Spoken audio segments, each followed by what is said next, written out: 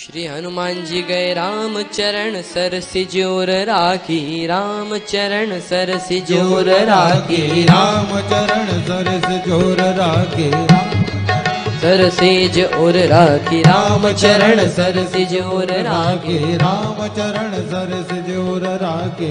चला प्रभंजन सुत बड़ भागी, चला प्रभंजन सुत बड़ भागी, चला प्रभन राम जी के चरणों को हृदय में रखकर श्री हनुमान जी संजीवनी बूटी की खोज के लिए गए।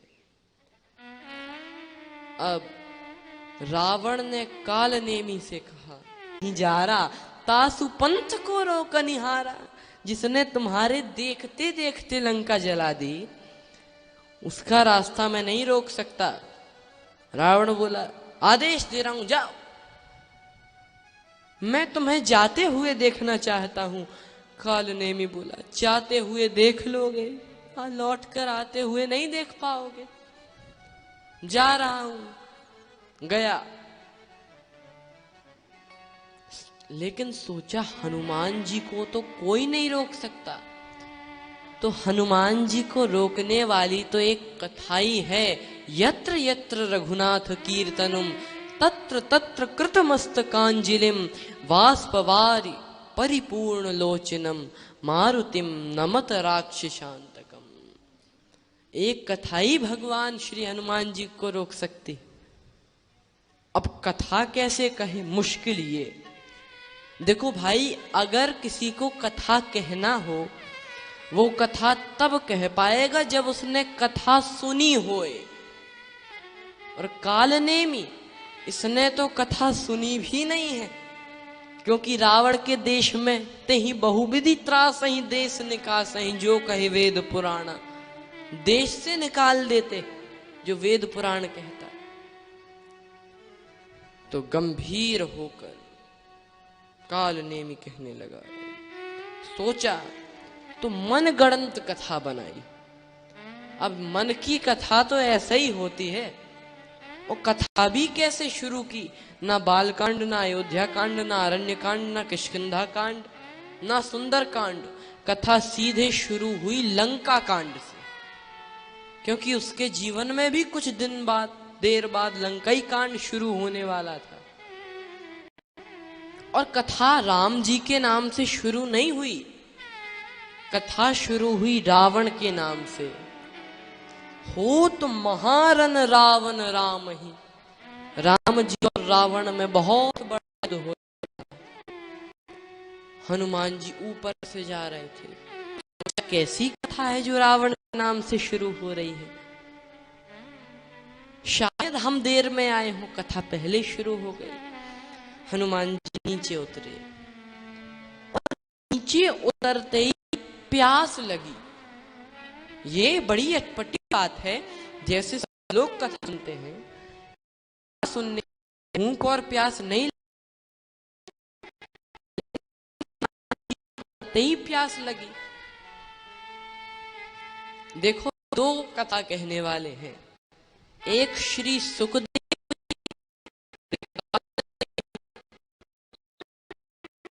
जी ने परीक्षित जी से कहा कि आप भोजन पानी कुछ तो करो। परीक्षित जी बोले कि आपके मुख से जो कथा अमृत झर रहा है, ना मुझे भूख है ना प्यास है। तो सुखदेव जी कथा कहें तो भूख और प्यास का पता ना लगे, और कालनेमी कथा कहें तो प्यास लगावे। यही अंतर है देवता और दानव में। श्री हनुमान जी उतरे नीचे, कहा गुरुदेव प्यास लगी है, कमंडल दे दिया। मारा जल तहि दीन कमंडल, कह कपि नहीं अगाऊं थोड़े जल। हनुमान जी बोले, ये कमंडल तो शिष्य को दिया जाता है, हमें काहे को दे रहे हो? कालनेमी को कुछ पता ही नहीं, तो बनाना है। हनुमान जी ने सोचा संत है, सरोवर में गए जल पीने, और जल लंगूर लपेटी पछाड़ा, सिर लंगूर लपेटी पछाड़ा, मामगारा पछाड़ा, पछाड़ा, सिर लंगूर लपेटी पछाड़ा, सिर लंगूर लपेटी, लंगूर लपेटी, लंगूर लपेटी पछाड़ा, सिर लंगूर लपेटी पछाड़ा। हनुमान जी आगे बढ़े और उत्तराखंड में पर्वत पर गिरे। देखा बहुत सारी बूटियां चमक रही हैं, कौन सी संजीवनी बूटी है।